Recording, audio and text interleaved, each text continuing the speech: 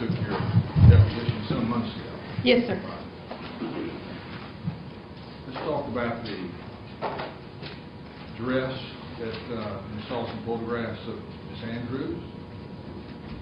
When I took your deposition, you brought with you to it a photograph of Miss Andrews in a low-cut black dress. Remember that?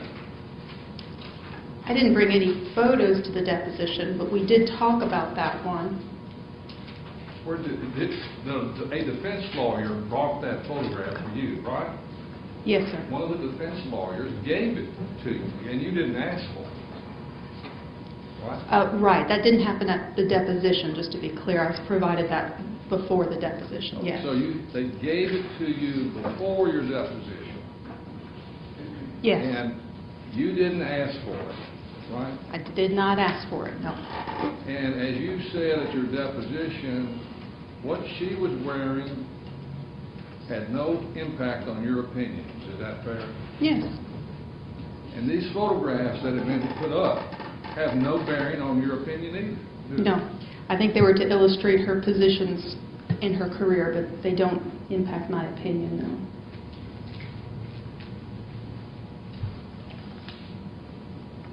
no. The testing that you had her undergo shows that she is not a malingerer. That's Right. correct. She's not exaggerating anything. That's correct. She's not faking anything. I think those are all the same thing, but yes, All right. she's Well, not different word. faking, malingering, exaggerating. That's right. And she has legitimate issues, I think is the phrase you used. Legitimate issues. Yes.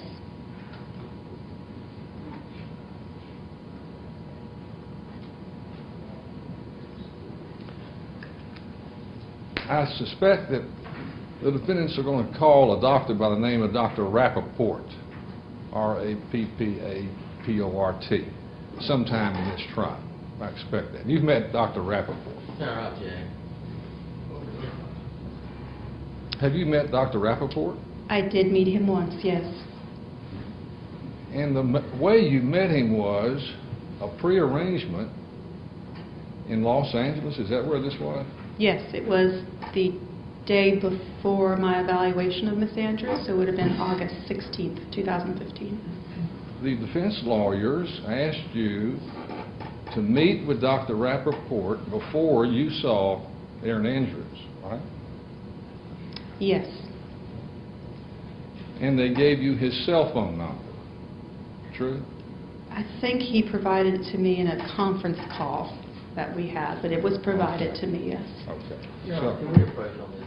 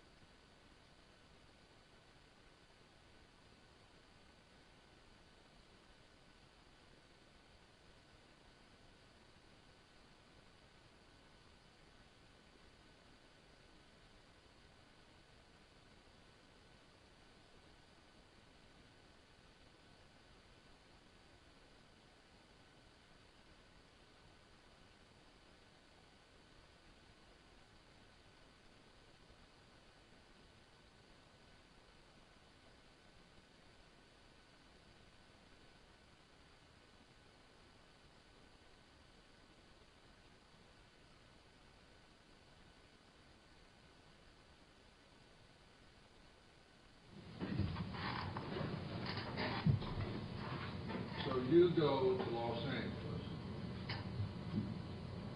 You're going to do an interview with Miss Andrews on Monday. That's correct, yes.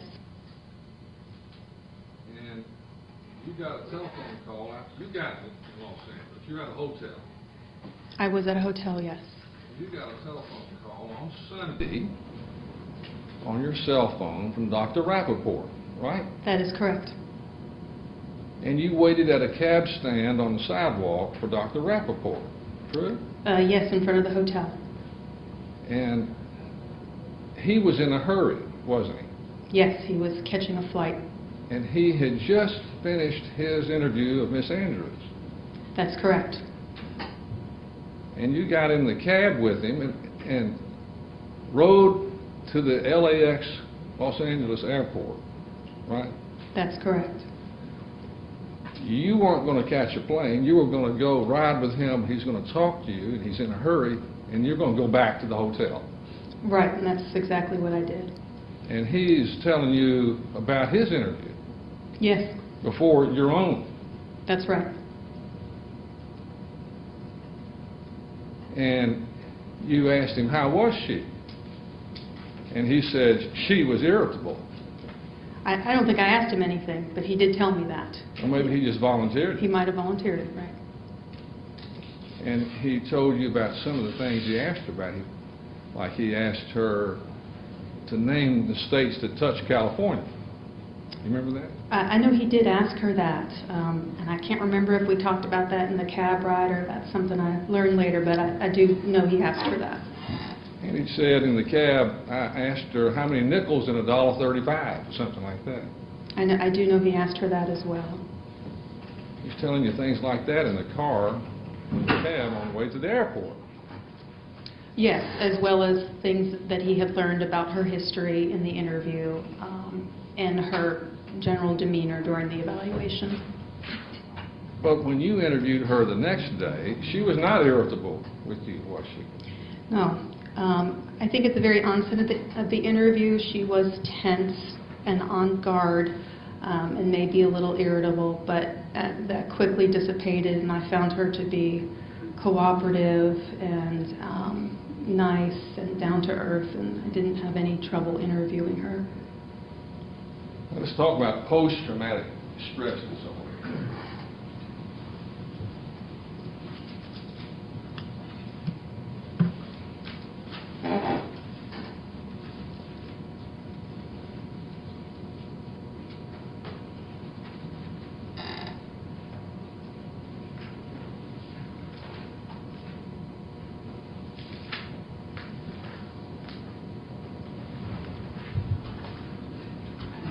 Did you get the impression at your deposition that I knew something about this? Yes, sir. Post means after. Yes, right? it does. Yes.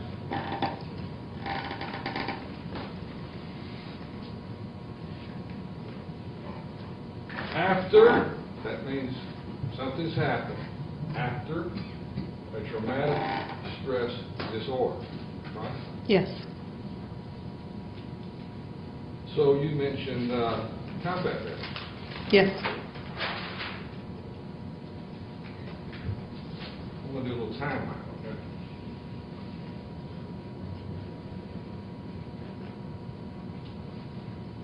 Event happens, something bad happens. Post. Time goes by. Post. Time starts to help, doesn't it? Just the passage of time. For many people it does. Unfortunately for some, the passage of time isn't enough help, but the time does heal overall. I would agree with that. There are some that it was so bad, they'll never get over. It's hard to say. There are people who have just gone through horrible things, and sometimes more than one. And depending on some circumstances, some people are less responsive to treatment than others. I would say with the appropriate treatment by the right provider, the majority of people do get over it or have very minimal symptoms. Now you mentioned something about serial trauma. Oh, yes. What was that you said about serial? Kind of what I was just mentioning, that there are some people in their lives who have gone through trauma after trauma after trauma. So they have had a complex trauma history where there's not just one trauma, but there's multiple traumas that have happened, often at different stages of their life. Are you aware that she goes through serial traumatic experience with individuals? Are you aware of that? That's actually different than how we would refer to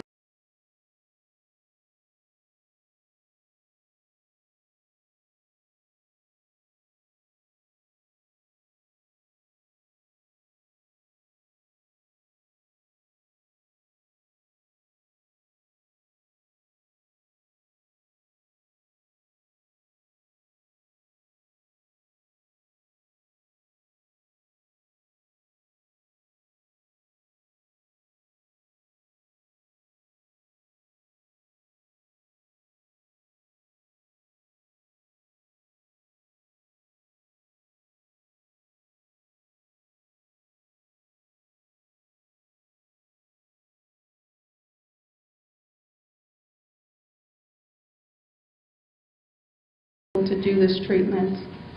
I currently review the records of providers who provide this treatment, but currently I do not provide this treatment myself because I strictly do evaluations at this point in my career. You actually haven't treated a patient for what, over 10 years? I think that's right. I have, like I said, I've recommended this treatment for other people, and I have reviewed the records, the treatment sessions from psychologists in our department who do this treatment, but actually delivering the treatment firsthand, no, I haven't treated anyone in a good 10 years.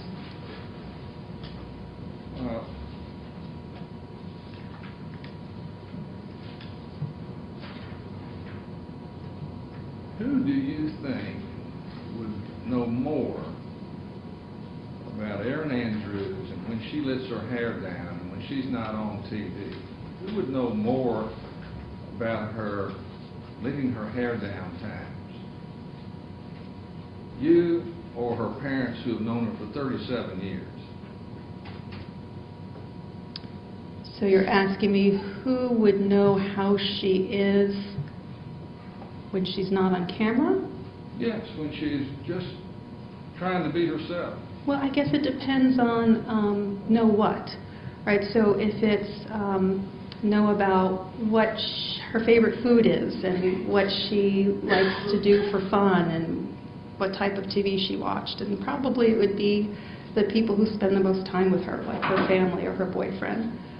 If it's about something like psychological symptoms and how she functions, I would say someone who is trained in that area, who's looking at it from multiple viewpoints, would probably be best informed about that.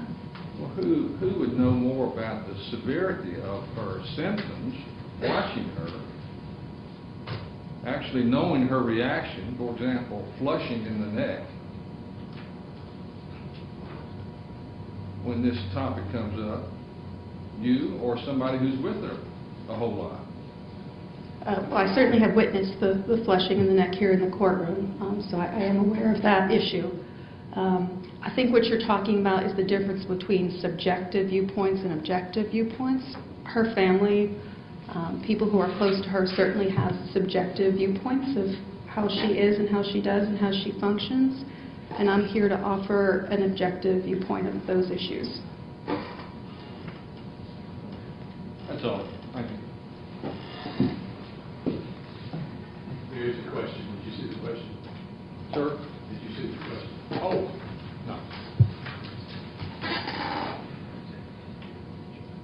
Yeah, either side can answer the question. Or I'll let you. I think it's, Yana, can we approach this?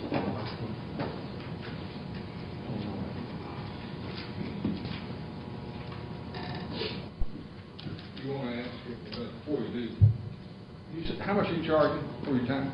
It's $350 an hour, and then it's $450 for court testimony. And that goes into Vanderbilt's general fund of some type. It goes to Vanderbilt. That's correct. But you have the potential, once they meet your salary in the regular course of things, you get to get the extra income. It is complicated. However, in general, I would say that the more money I bill for Vanderbilt, the more potentially I can earn. Okay, I think that's all. I think you want to answer that question. No, I was going to Huh? approach the judge. Oh.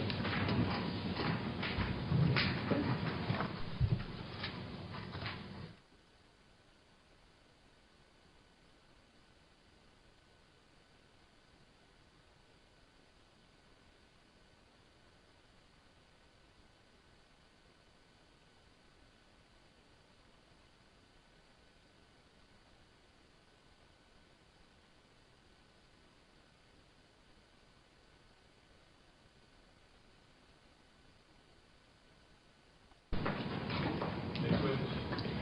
Your Honor, we're calling Herman Turk as a live witness. He's downstairs. Mr. Smith's going to grab him.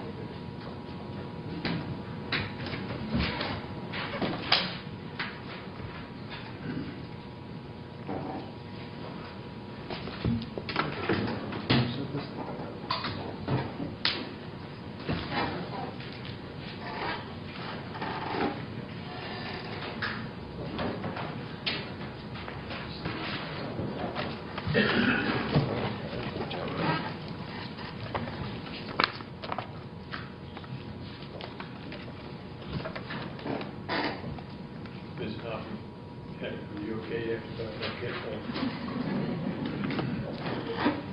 The usual 3 o'clock ask. Is there a reason we don't stay there? It doesn't matter. I mean, I guess it's screen. That's all right. I'll just use it.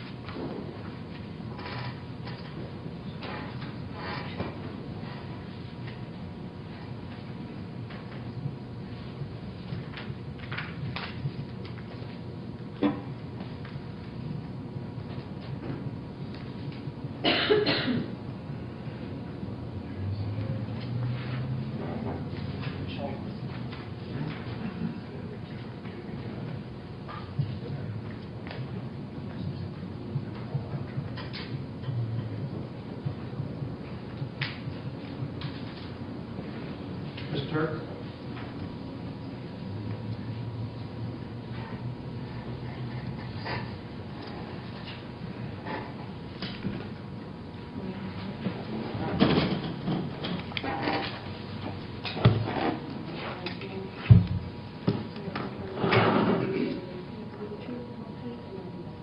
I do.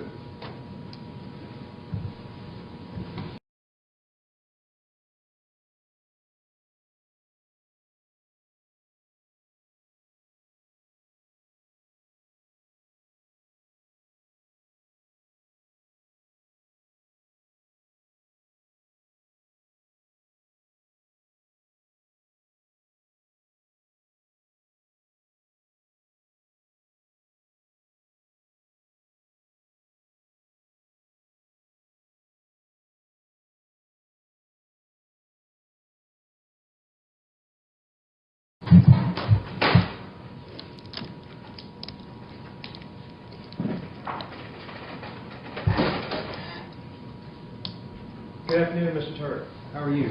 I'm well, thank you. Could you please introduce yourself to the ladies and gentlemen of the jury? Yes, my name is Herman Turk. And where do you currently live, Mr. Turk? I live in Asheville, North Carolina, And where are you from originally? Roanoke, Virginia. Could you describe for the jury your educational background? Yes, I went to parochial school in Roanoke and went to James Madison University in Harrisonburg. Graduated with a business degree with majors in management and marketing. How are you currently employed? I work for the Windsor Capital Group. I'm a regional vice president. And do you also have a role in regards to a specific hotel? Yes, I also serve as the general manager of the Renaissance Hotel in Asheville. So let's kind of break those down. What is your role as VP at Windsor Capital entail? Well, while I'm in Roanoke, I serve as the general manager there, and also I have oversight responsibility for operations in all 10 of our hotels that Windsor Capital manages and or owns. And you said that there's 10 total hotels that fall within your purview? Yes, currently. And how long have you been in the hotel industry? I started in 1980, so And how long- 35 years. And how long have you been with Windsor Capital? Since 2000, so 15 years. And in what position did you start with Windsor Capital back in 2000? I came to Windsor Capital from Chattanooga, Tennessee. I was the Marriott as the general manager. I was the general manager of the Marriott in Chattanooga, and came to Asheville to be the general manager of the Renaissance for Windsor. And how did you progress from the general manager of the Renaissance to having this second role as a vice president? During the time that I was with them, I was given some area responsibilities about 3 or 4 years into it, and had some oversight for 2 hotels. And then in 2006, they promoted me to a regional vice president position. And you've held that position for almost past 10 years? That's correct. Now, the jury's heard the term, the entity named as Windsor Capital Group Incorporated. What does Windsor actually do?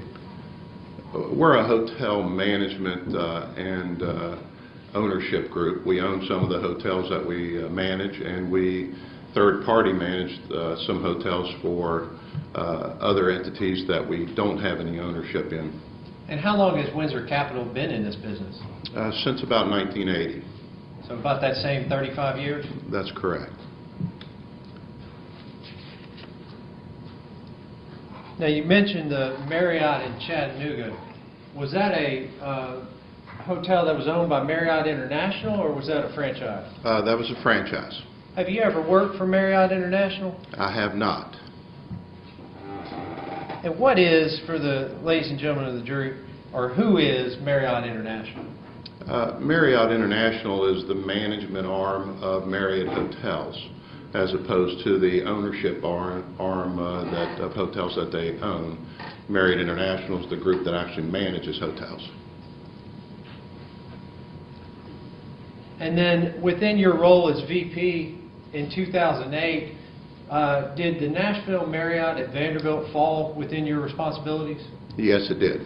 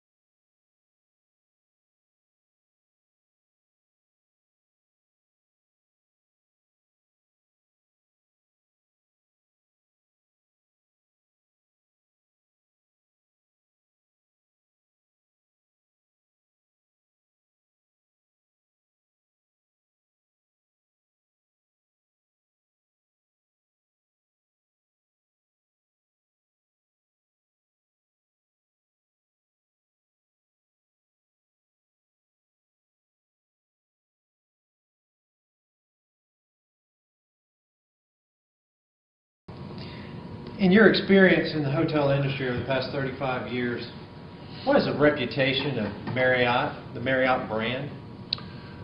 It's the gold standard. Marriott is known as one of the best brands, or best collection of brands, I should say, in the lodging industry.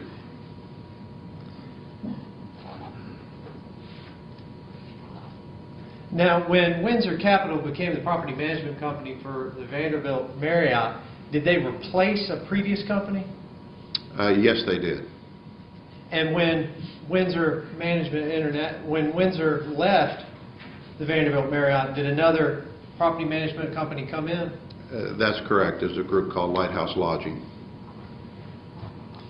What are some of the other properties in September of 2008 that you were responsible for as the VP with Windsor? We had an Embassy Suites Hotel in Blue Ash, which is a suburb of Cincinnati, an Embassy Suites Hotel in Livonia, which was a suburb of Detroit. We had an Embassy Suites Hotel in Denver, another one in, two of them in Denver actually, and then another property, an Embassy Suites in Colorado Springs, Colorado. We also had an Embassy Suites in El Paso, Texas. In addition to that, we had a Courtyard Hotel in Vinings, an area in Atlanta. We had an Embassy Suites in the Galleria section of Atlanta, and a Residence Inn by Marriott in Midtown Atlanta. So a Courtyard would be a Marriott branded hotel, correct? That's correct. And then you said a Residence Inn would also be a Marriott hotel? That's correct. How does a property management company like Windsor get into the business of managing Marriott hotels?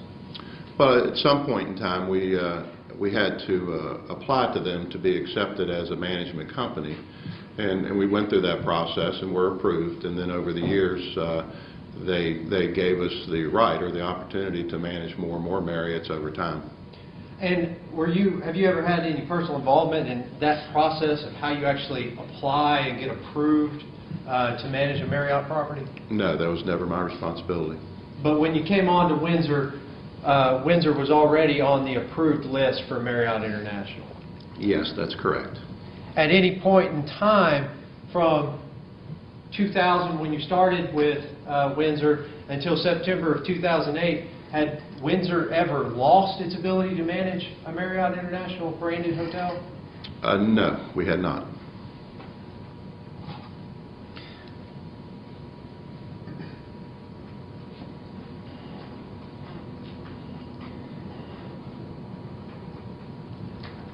And in each of those Marriott branded hotels that you mentioned, are there requirements that the hotel must follow that are mandated by Marriott International? Yes, each one of the brands has their own set of brand standards, and depending on whether it's a full-service hotel like a Marriott or a Renaissance, they have a certain number of brand standards, but even Courtyards, Residence Inn, Spring Hill Suites, they all have their own set of operating standards that you're expected to comply with. So the property that you're a general manager of now, the Renaissance there in Nashville, is that a comparable property to what's the Nashville Marriott at Vanderbilt is? Yes, they're both full-service hotels, yes. And the requirements or standards that Marriott International has that are required by franchisees to follow, do they have a reputation in the industry? Yes, Marriott's been around a good number of years, and their standards oftentimes mirror the standards of the industry. They frankly created a lot of standards of the industry. Are they some of the more lenient standards in the industry, or are they some of the more stricter ones? The quality audit process, the expectation of the brand are quite specific, and so they're not lenient in that regard. So I don't know if that answers your question. What can occur to a franchise hotel if they fail to meet Marriott International standards? Well, if you fail to meet their standards over a period of 18 months, then they have the right to pull the flag or pull the name from the building and they call it deflagging a hotel, I guess, as we refer to it, and that's where they decide that you can no longer be a Marriott or a Courtyard or a Renaissance or whatever hotel you have. And is that called in the business losing your flag? That's exactly what it's called. What can that do to a hotel that loses its branded flag?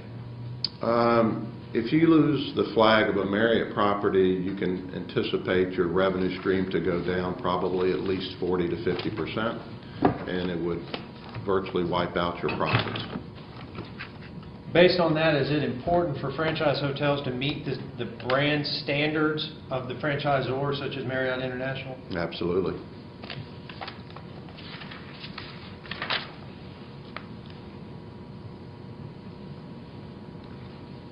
I'll show you what is trial exhibit number 4.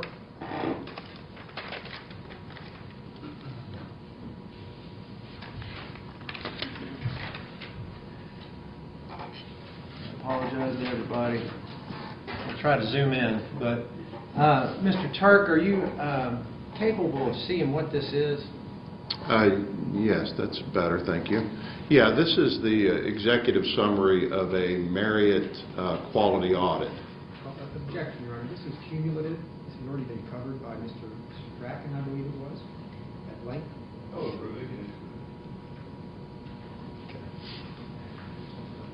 Let me zoom in here, make sure you can see it. Are you familiar as the VP with QA reports such as these provided by Marriott International? Yes, I am. And what's the purpose of one of these reports?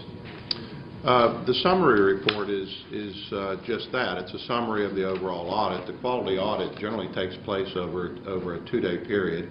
It's very extensive. In full-service hotels, it covers virtually every facet of the operation, from the front office area, greeting area, straight through housekeeping and all the services there.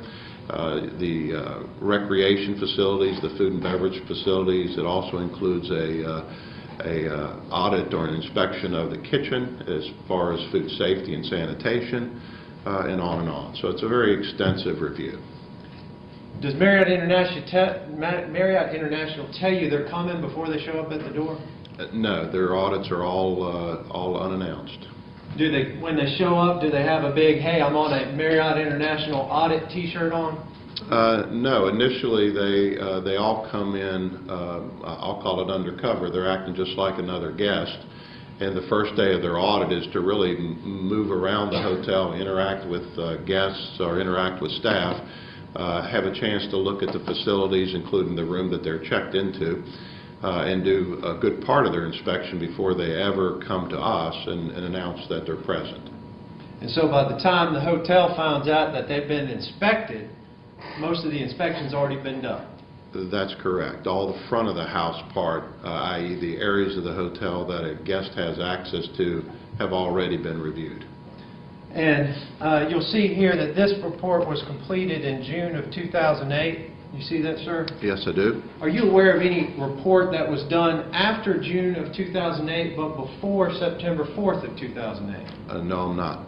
So this would more than likely, in your knowledge, be the last report before the incident at issue in this case? That's correct. Okay. And we went through this, so I'm not going to belabor it. But the score, they break down the scores by individual categories, correct? Yes, sir. And then they give you an overall score that's kind of a tally out of the total number of points, what you actually earned, correct? That's correct. And in this case, in June of 2008, the Marriott at Vanderbilt got a 94%, right?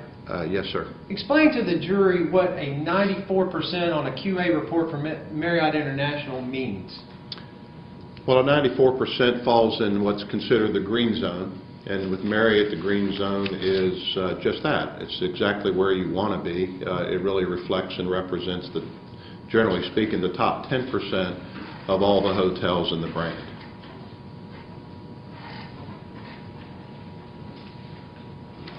So if you're in the green, just so I understand, you're in the top 10% of all branded Marriott hotels?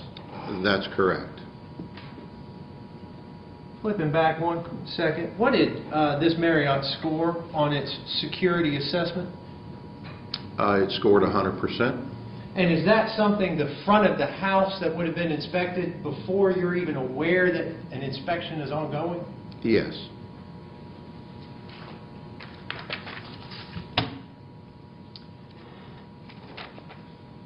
As the VP responsible for this property back in 2008, are you familiar with the way that room reservations were handled? Yes, I am.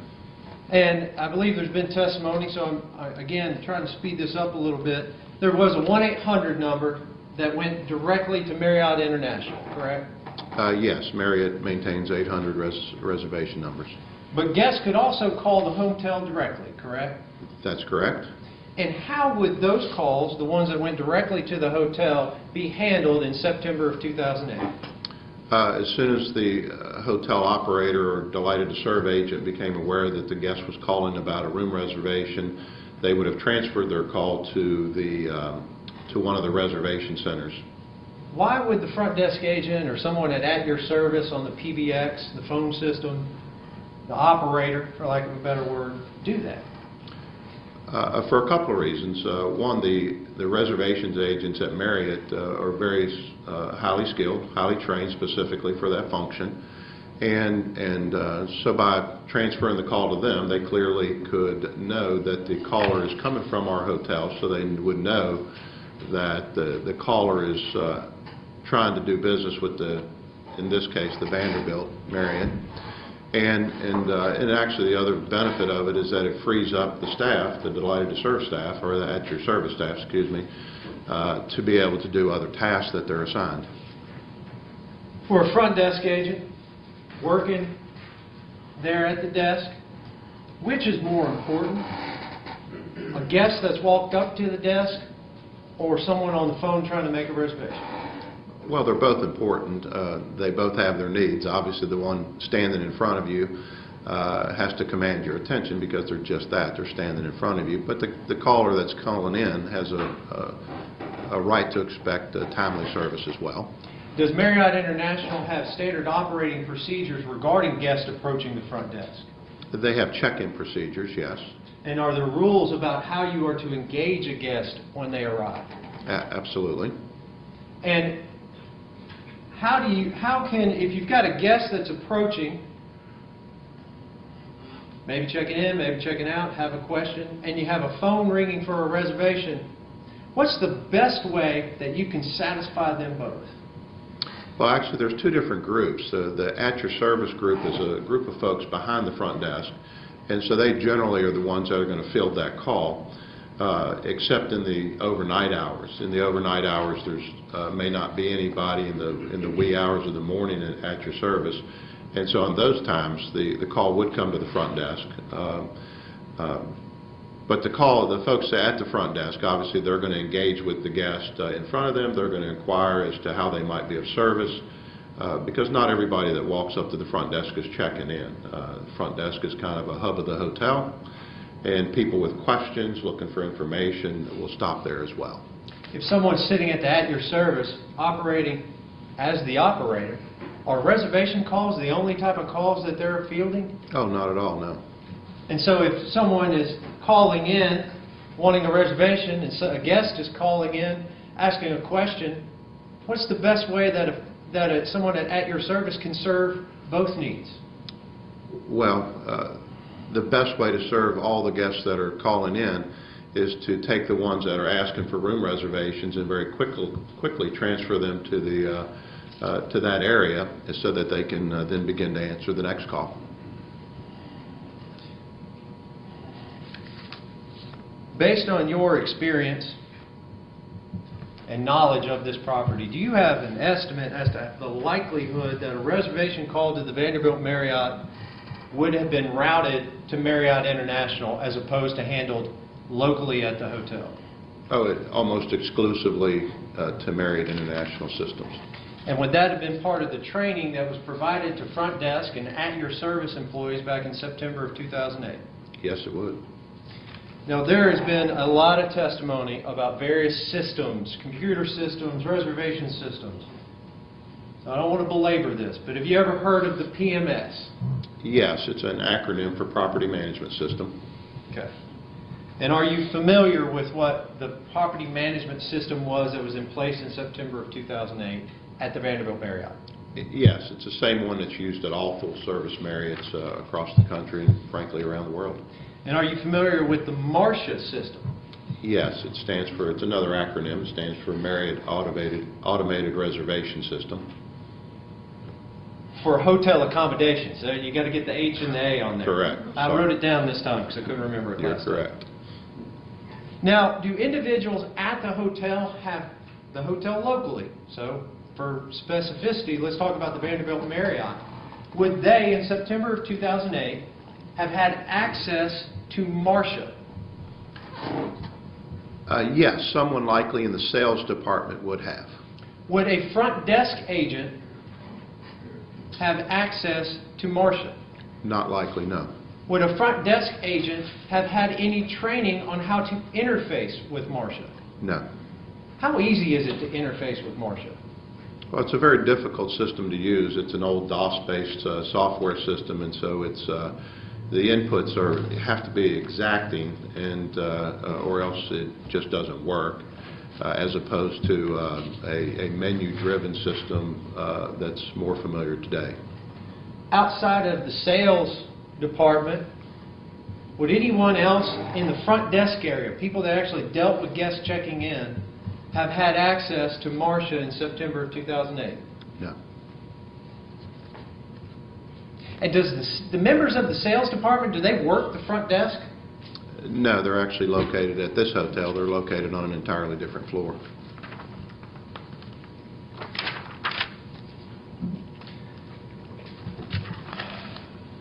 Is there a difference in the hotel industry regarding a guarantee on a room and a request for a room? Yeah, there's a big difference. A guarantee is just that. You're guaranteed to get what you're asking for. A request is merely recognizing your desire to have some attribute. And in your experience in hotels, is meeting guarantees necessary? Once you commit to accepting a guarantee, and I'll use an example, a guaranteed king room. Once you tell the guest and commit to that, then that's their expectation. And if you're not able to meet that for some reason, then it doesn't bode well. It's not a guest satisfier. It becomes a guest dissatisfier, and we're trying to avoid that. If someone at the front desk has to choose between accommodating a request or complying with a guarantee, how in September of 2008 were they trained to handle that situation? Well, you would deal with a guarantee before any request. And would that training be the same for the sales department? In the sales department, they might be guaranteeing a certain number of king-bedded rooms to a group, a certain amount of meeting space. So that would be a very different scenario because they deal with groups as opposed to individuals. Okay. So individuals that are checking in don't deal with the sales department? No. And individuals that have reservations typically aren't a concern of a sales department in your experience? I'm sorry, would you ask that again? Sure.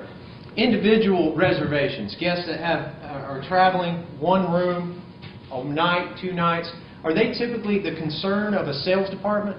No, sales departments deal with larger groups of common groups, an association, a wedding group, a family reunion, that type of business. Back in September of 2008, are you aware if there was any training provided to front desk agents in the manner in which guests were to be checked in? Yes. And did that training involve both computer-based training that was provided by Marriott International and hands-on training provided by the managerial staff on property? Yes, exactly both. And did that training involve aspects of making sure to protect guest privacy and security? That was one component of the training, yes. Back in September of 2008, if a guest that had a concierge reservation checked in or tried to check in and the room wasn't ready, was there an amenity or an offer that could be provided by the front desk while that guest waited? Depending on the hotel, there might be some options. An option might be to grant a pass to the fitness facilities, for example, in a resort property. Is a good example of that. Might possibly agree to allow the client to have access to the concierge lounge if they're ultimately, eventually going to be a concierge level guest, yes. So if there was a complimentary breakfast being provided at the time that a guest checking in with a reservation on concierge, but the room wasn't available, something that could be provided to them was access to the concierge lounge so that they could eat breakfast while they waited on the room. Yes. Was that the practice in Windsor hotels, Windsor managed hotels? If a guest was looking for that option, yes. Sometimes a guest would just like to go to the concierge lounge and maybe not even to have a meal, but it's a great area where you can sit and work and do business while you're waiting for your room to become available. I want to shift topics real quick. Talk a little bit about the phones that were in place at the Vanderbilt Marriott in 2008, back in September. Where was the restaurant located in that hotel back in 2008? It was on the second floor. Was there a separate bar area as well in that hotel? Yes, it was on the first floor. And at the restaurant, was there typically a hostess stand? Yes. Been a word that's been thrown around a lot, house phone. In the hotel industry, does a house phone, does that term have a special meaning? Yes, a house phone is a phone that does not have a keypad. It is oftentimes located in a public area such as an elevator lobby on a guest room floor. And the purpose of the phone is just to be able to pick up the handset, and it'll automatically ring to the delighted to serve staff, the operator, if you would. And I've heard another term referred to as back of the house phone or administrative phone. What are those? Those are phones that are by design. They're designed to be installed in areas that they are used by hotel staff in the purpose of conducting business. In your experience, 35 years in the hotel industry, do guests or lay people typically understand the difference between what's a house phone and an administrative phone? Yes. The fact of the matter is most of the administrative phones are not in areas where guests should be or should have access to it, whereas a house phone is intentionally put in an area where a guest would have access to it. Well, is a hostess stand at a restaurant an area where you need an administrative phone as opposed to a house phone? It's desirable to have one, yes. And why would that be? Because one of the features of it allows you to see the incoming calls. So when somebody calls a restaurant, based on what comes up on the display, if it's coming from a guest room, you will be able to see the room that it's coming from and the name of the guest, which will allow you to be able to answer the phone and provide better service rather than saying, well, this is such and such a restaurant, how may I help you? You're actually able to recognize the party that's calling by name. Good evening, this is the such and such a restaurant. How may I help the Turk party? In your 35-plus years of working in a hotel, is it uncommon to have a display phone or an administrative phone at a hostess stand of a restaurant in a full-service hotel? No, actually, it's very common for just the reason I described. Shift gears again. Now, you are aware that in this case, Mr. Barrett removed a peephole from Miss Andrews' room. Yes, I am. Prior to learning of Mr. Barrett's actions, in your, at that time, 27 years of experience in hotels, had you ever heard of a similar incident?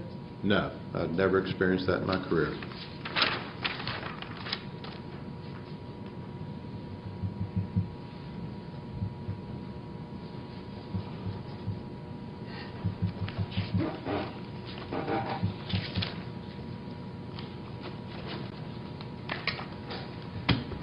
show you what is, apologize, let me see what exhibit this is. Exhibit 8.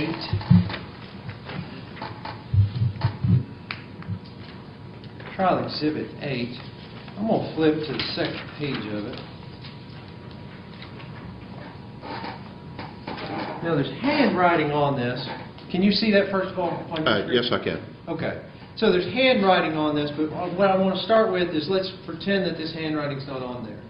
What is, first of all, have you ever seen a sheet like this? Yes. And what is the sheet before there's any handwriting on it? Is that a term for that? Well, it's a housekeeper sheet. Like a make it dirty list? Well, it shows the status of the rooms that are being assigned to different housekeepers for the day. Okay. So let's look at what was to become Mr. Barrett's room. A little bit squiggly. 1049. So that 1049, that's the room number, correct? Yes, sir. And what is NDDC to the right of that? It's a non-smoking double-double concierge, which means it's a non-smoking room. It's a double-double. It has 2 double beds, and it's on the concierge level. Is that what Mr. Barrett was guaranteed? No, he was guaranteed a king.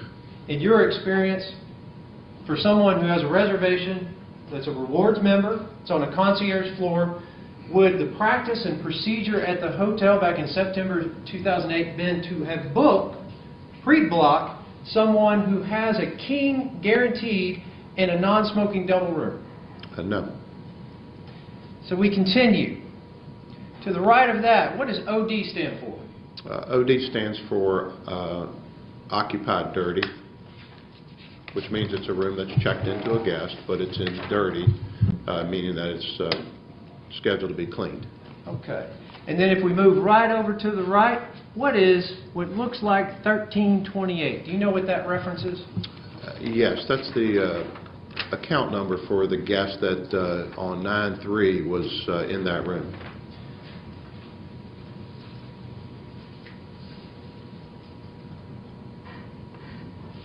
I apologize, that was actually trial exhibit 7. This is trial exhibit number 8. Figure that out. Okay, so 1328 is what we're looking for here. And if you look at room 1049, what is the reservation number that is listed for that room on September 3rd? 1328. So Mr.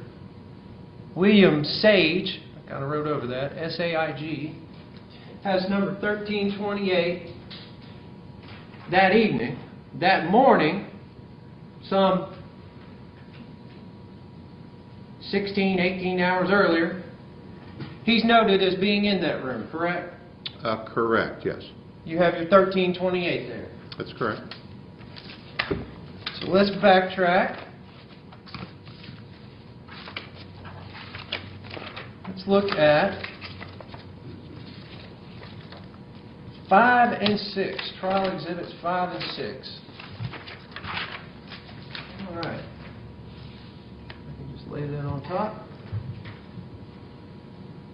So Mr. Barrett had a split folio. Have you ever run into the business in your experience of having a split folio on a room? Yeah, split folios are very common. Basically, it's like having 2 accounts assigned to one room or one guest. So we look for the reservation number for Mr. Barrett, and it's 1412. That's you correct. See that? Yeah. So 1412 for Mr. Barrett would be the same as 1328 for Mr. Sage, correct? That's correct.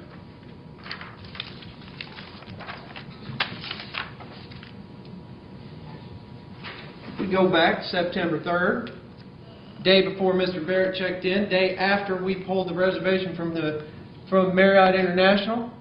We go to the September 4th column. Is 1412 listed in there? No. Well, let's look. He had a split folio. Perhaps he had another reservation number. Let's look at number 6. His reservation number is 2122. You see that, sir? Yes, I do. So he has 2. We're looking for 1412 or 2122. Clear that out. Is 2122 there on that room for 9/4? No, sir. Okay. Well, let's look at the next day.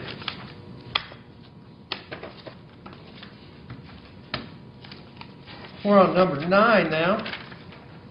Flip over to the second page. Does this appear to be a similar page to what we just looked at for 9.3?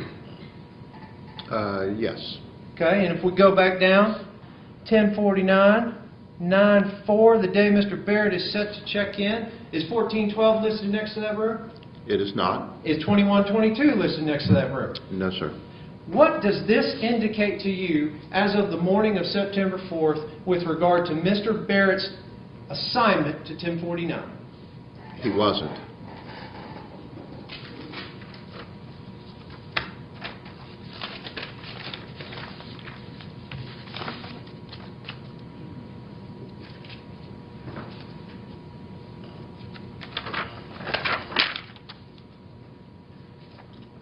There's been some testimony about whether an individual at the front desk would see a special request line number 17, see a A1, a C1, adjoining, connecting, and say, well, I don't know who they're connecting to. I'll just call the 1-800 number and see if they know. In your experience, is that something that a front desk agent would do? No. And why is that? Because they likely don't know there either. And at the end of the day, with this guest, the K1 would be the predominant request, i.e. King 1 guarantee. Based on your understanding of the testimony in this matter, the deposition testimony, would there have been any way for the front desk on September 4, 2008 to have known that there was additional information that Marriott International may have regarding A1, C1, or to whom that may refer? No. Without knowing that additional information even existed, would there have been any way or any reason for a front desk agent to call 1-800 number on the morning of 9/4 to determine, hey, is there more information about this? No.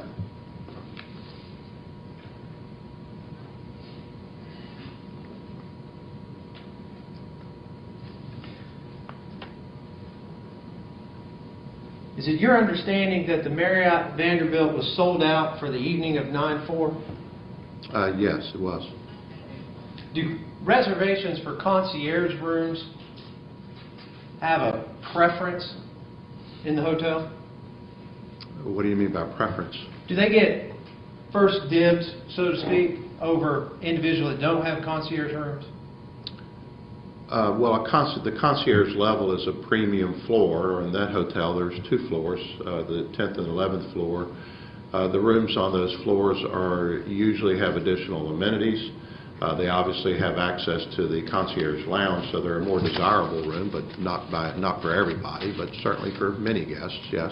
But you have a much limited inventory of those rooms as compared to the other 6 floors. Oh, absolutely.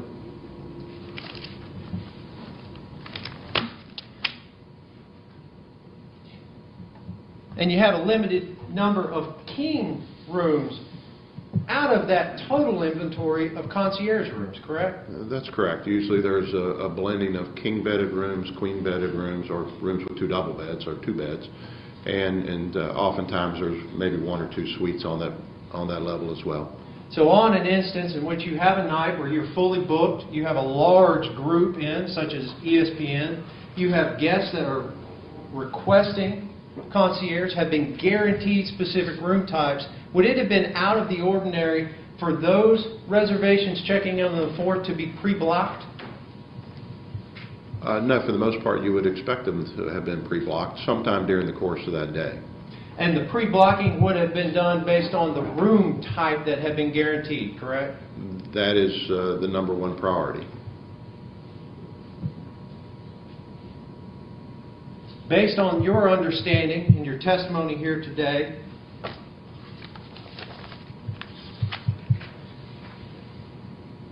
do you know when that comment was added to Mr. Barrett's reservation? Exactly when, no. Based on what you've testified here today, would you agree that that comment, more likely than not, referenced to a pre-blocking of a king room on the concierge floor for Mr. Barrett? Objection, call for speculation. I'll withdraw the question.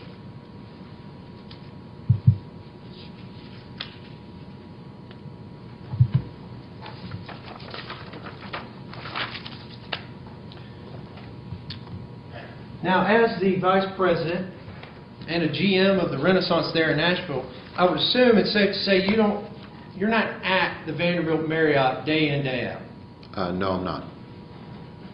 So you have to rely on the management team that's in place at that property. That's right. And that would be the same for any of the properties that fall within your umbrella of responsibility. That's correct. And so you need to have a competent, and if you can get it, an excellent management team in place, correct? Absolutely.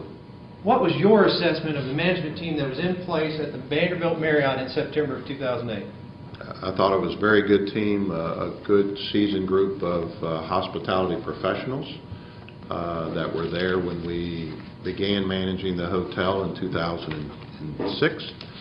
And with the exception of the general manager that we brought on board, who I think was actually had prior Marriott experience as well, I thought it was an excellent team. And that GM would have been Brian Chikowski. That's correct. Now, because you're not on the property every day, you have to rely on your management team regarding any incidents, security incidents, safety incidents, guest accidents, anything like that. That's correct. Based on your experience and supervision of the individuals at the Vanderbilt Marriott, do you believe that they would have been aware and tracking any incidents that had occurred? Yes. If, based on your experience with the management team that was in place in September of 2008, do you have a reasonable belief that if a need for additional security existed, that they would have informed you of such? Yes. If there were any ongoing security issues or safety issues of any type, they would have brought that to my attention. Now, was providing a secure environment for your guests an important concern of Windsor Capital back in September of 2008? Certainly. Was it the only concern for the business? No. Guest satisfaction is the driving concern. Well, how does security, safety, privacy fit within total satisfaction for a guest? Well, it's just one facet of it. When guests come to our hotels, they're looking for our services from the time they arrive, and that would, in this case, would be with bellmen and valet parkers at the front door, the staff at the front desk, the cleanliness of the guest room, the working condition of the guest room, the expectation for good quality food and beverage services. If they were a guest that had come to the hotel to attend a convention or a conference, they would be making judgments about their level of service at every touch point throughout the hotel. Prior to September of 2008, had the management team that was on the ground at the Vanderbilt Marriott made any request or recommendation to you of the need of additional security measures at that hotel? They had not.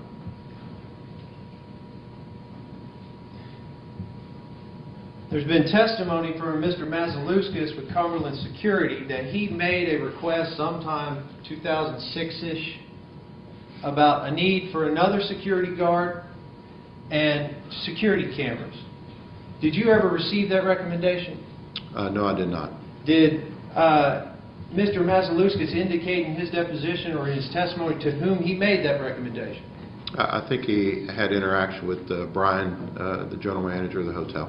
And in your experience, if Mr. Chikowski had felt that that concern or that recommendation voiced by Mr. Mazaluskas was valid, would he have communicated that to you? Well, very likely, yes, because that would have, if he wanted to alter the security steps we had in place, he would have wanted to review that with me and make me aware of what the recommendations were, what his endorsement of it was, what it likely would cost, how it would positively impact things if we did it, etc. And based on your experience at that property and your dealings with the management team, are you aware of any need for additional security at that property as of September of 2008? I was not. Did you believe there was a need for additional security? No, based on the visits that I had there, the hotel was located in a very nice section of town. It had access to the Nashville Police Department, the Vanderbilt University Police Department, and frankly, it was just a very safe place.